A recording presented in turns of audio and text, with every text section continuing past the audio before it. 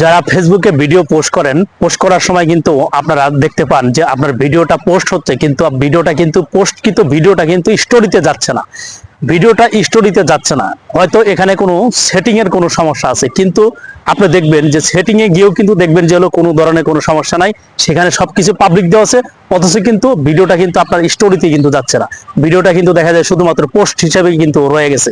এইটা কিন্তু আপনাকে স্টোরিতে নিতে হলে অবশ্যই কিন্তু আপনাকে এই ভিডিও যখন পোস্ট করবেন, পোস্ট করার সময় অবশ্যই কিন্তু আপনাকে হলো ক্রোম ব্রাউজার এবং ডেস্কটপ ভার্সন করে তারপরে কিন্তু ক্রিয়েট রিল অথবা ক্রিয়েট ভিডিও, ওইখানে গিয়ে ভিডিওটা অ্যাড করবেন। অ্যাড করার পর যখন ভিডিওটা ডাউনলোড নেবেন, ডাউনলোড নেওয়ার পরে তখন কিন্তু আপনি টাইটেলটা লিখবেন, ডেসক্রিপশন লিখবেন, লেখার পর তখন কিন্তু দেখা যায় যে আপনি নেক্সট আবার চাপবেন, চাপ দেওয়ার পর তখন কিন্তু অপশনটা চলে আসবে যে শেয়ার টু স্টোরি ভিডিওটা, ওইটা কিন্তু তখন অন করে দিবেন।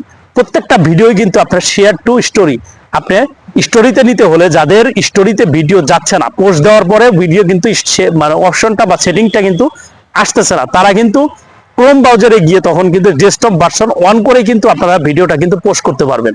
তাহলে কিন্তু এই শেয়ার টু স্টোরিতে কিন্তু দেখা যায় যে আপনার ভিডিওটা যাবে, তাহলে কিন্তু দেখা যায় যে আপনার ভিডিও কিন্তু স্টোরিতে গেলে আর কোনো সমস্যা হবে না। সকলে ভালো থাকবেন, ভিডিওটি ভালো লাগলে অবশ্যই শেয়ার করবেন।